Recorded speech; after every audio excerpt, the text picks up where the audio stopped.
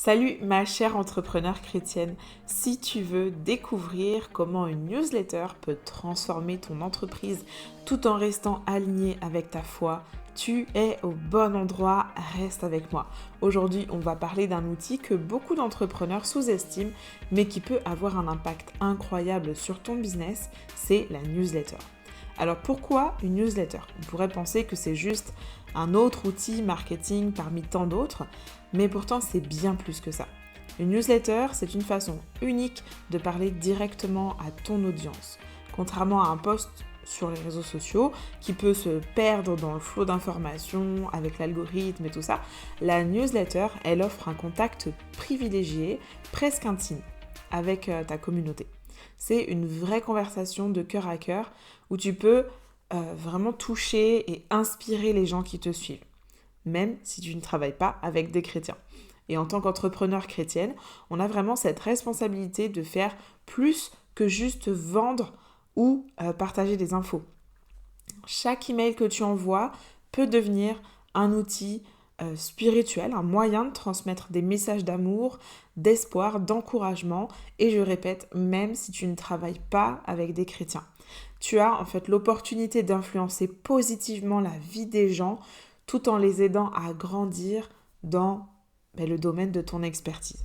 Et en plus, la newsletter, elle te permet d'éviter une chose dont beaucoup d'entrepreneurs souffrent, c'est la dépendance aux réseaux sociaux. Parfois, on peut avoir l'impression qu'on doit absolument être partout, tout le temps, Instagram, Facebook, LinkedIn, YouTube. Bref, ça peut vite devenir épuisant. Mais la vérité, c'est que tout le monde n'est pas sur ces plateformes. Et même si ton audience y est, les algorithmes ne montrent pas toujours tes publications à tout le monde. Alors qu'avec une newsletter, là, tu t'assures que ton message arrive directement dans la boîte de réception de tes abonnés. C'est toi qui as le contrôle, ce n'est pas l'algorithme.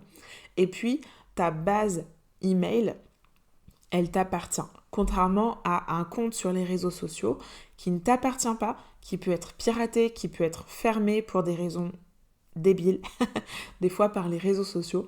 Là, ta base de données, elle t'appartient. Tu peux l'utiliser comme bon te semble, mais du coup, tu dois absolument trouver une façon éthique de l'utiliser. La newsletter, c'est aussi une question de liberté, parce que quand tu crées une newsletter, tu n'es plus dépendante des changements constants des plateformes sur les réseaux sociaux, des changements d'algorithme. Un jour, c'est la vidéo qui marche, un jour, c'est le visuel qui marche, etc. Là, non. Tu bâtis quelque chose qui t'appartient vraiment. C'est un canal qui est direct, qui est fiable pour partager tes messages, pour partager ton expertise et pour partager tes offres. Et ça, tu le fais d'une manière qui respecte ton rythme et qui respecte tes valeurs. Si tu veux aller plus loin et apprendre comment structurer tes emails de manière encore plus efficace, je t'invite à visionner ma masterclass gratuite Écrire une newsletter lue, appréciée et impactante pour vendre tes offres sans saouler ton audience. Dans cette masterclass, je vais te partager mes meilleures stratégies pour écrire des emails qui touchent, qui vendent, qui inspirent. Le lien est juste en dessous dans la description, alors clique et inscris-toi gratuitement. Alors parlons un peu de comment tu peux utiliser ta newsletter comme un véritable acte de foi et d'amour. Premièrement, avant chaque envoi, je te conseille de prendre un moment pour prier, pour demander au Seigneur de te guider. T'as pas besoin d'une heure, quelques minutes, tu te concentres, tu te recentres avec le Saint-Esprit pour lui demander de t'inspirer les bons mots, que chaque phrase que tu écris soit remplie de bienveillance et qu'elle reflète l'amour de Dieu. Encore une fois, même si tu ne travailles pas avec des chrétiens, tu n'es pas obligé de mentionner le nom de Jésus, mais en tout cas d'être ce témoignage d'amour avec ton audience dans le style qui convient à ton audience. Quand tu écris avec cette intention, du coup tu fais pas juste du marketing, mais tu vas toucher véritablement les cœurs, et ça c'est primordial quand tu veux bâtir une relation de confiance avec ton audience, une relation qui va faire que en fait naturellement elle va acheter chez toi parce qu'il y a une relation de confiance qui est établie. Ensuite, pense à ta newsletter non pas comme un outil pour vendre à tout prix, mais vraiment comme un moyen de servir ton audience.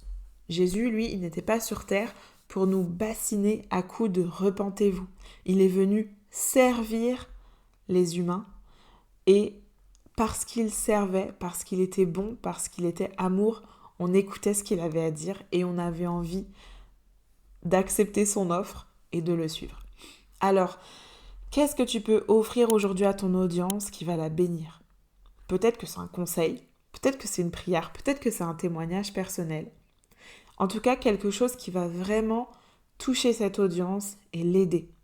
Quand tu mets l'amour et l'attention en priorité, tes abonnés, ils le sentent. La relation que tu crées avec eux, elle devient plus forte parce que tes abonnés, ils sentent que dans ton intention, c'est de les aider bien plus que de vendre. Mais néanmoins, on n'oublie pas qu'on est une entreprise et qu'on a quand même quelque chose à vendre. Donc, garde tout de même en tête ton objectif business. Tu as un objectif business en ce moment. Évidemment que quand tu écris ta newsletter, même si elle va bénir, elle doit être raccord avec ta stratégie marketing qui sert ton objectif business. Merci d'avoir regardé cette vidéo. Si elle t'a apporté de la valeur, pense à t'abonner à la chaîne et à activer la petite cloche pour ne manquer aucun contenu. Que Dieu te bénisse abondamment dans ton business, dans tes projets. Je te dis à très bientôt dans la masterclass.